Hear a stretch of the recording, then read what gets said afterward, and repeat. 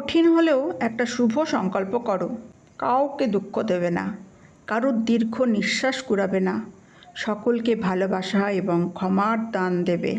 কাকে কি বলছো সেই কথা এবং ভাষার উপর তোমার দৃষ্টি আরও সজাগ হোক।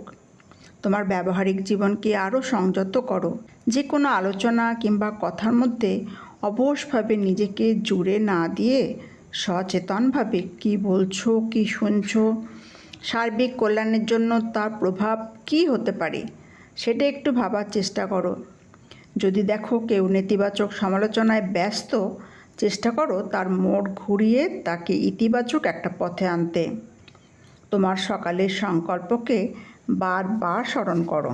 যদি দেখো কোথাও কথা আনন্দের উৎস না হয়ে একে অপরের আঘাতের কারণ হচ্ছে, পরিবেশ দূষিত হচ্ছে, কেবল নিজের আত্মার কথা ভেবে সেই স্থান ত্যাগ করো। নিজেকে একটু আত্মস্থ করে বন্ধু মনের সঙ্গ করো। মনের ইতিবাচক শক্তিকে জাগিয়ে নিয়ে আবার ফিরে এসো, যাতে তোমার মনের ভারসাম্য বিঘ্নিত না হয়। ক্ষুধান্ধ হয়ে দুটো অপ্রিয় কথা বলে ধরিত্রী মায়ের কষ্ট আর বাড়িয়ে দিও না। দুটো ভালো কথা বলে আকাশে ছড়িয়ে দাও।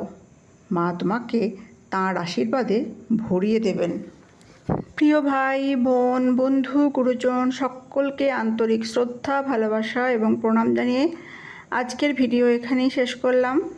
ভালো লাগলে অবশ্যই লাইক, শেয়ার, কমেন্ট এবং সাবস্ক্রাইব করবেন। ধন্যবাদ সকলকে।